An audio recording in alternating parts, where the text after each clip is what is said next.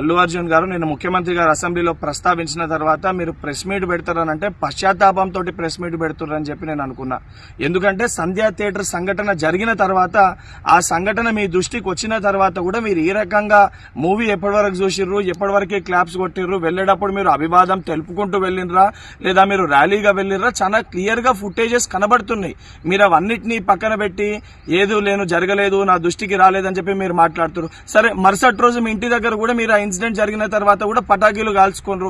సరే, ఆ విషయాలన్నింటినీ కూడా మేము ప్రస్తావిస్తలేము అని మీరు మాట్లాడుతూ ఏమనంటారు, తెలుగుని సత్తా చాటుతున్నాం అని మాట్లాడుతున్నారు. తెలుగుని సత్తా చాటేది ఉంటే మన వలన తెలుసో తెలియకనో ఏదైతే సంబంధించి సంఘటనలో మనుషుల ప్రాణాలు పోయే విధంగా అసొంటి ఒక చర్యలు జరిగినప్పుడు దాన్ని ఏదైతే సంబంధించి సానుభూతితోటి స్పందించి ప్రెస్ మీట్ నిర్వహించి ఆ కుటుంబానికి అండదండగా నిలిచే ప్రయత్నం చేయాలి తప్ప నిన్న ముఖ్యమంత్రి గారు ఏదైతే ఈ ప్రజాప్రభుత్వము ప్రజలకు అండదండగా ఉంటది, ఎవరు తప్పు చేసినా కూడా ఊరుకోము శిక్షిస్తామని చెప్పి ముఖ్యమంత్రి గారు వారి స్థాయిలో తెలంగాణ ప్రజానికానికి ఒక ధైర్యం ఒక భరోసా కల్పిస్తుంటే దాని తర్వాత మీరు ఈ రకంగా ప్రెస్ మీట్ పెట్టడం అనేది ఇది సరికాదు.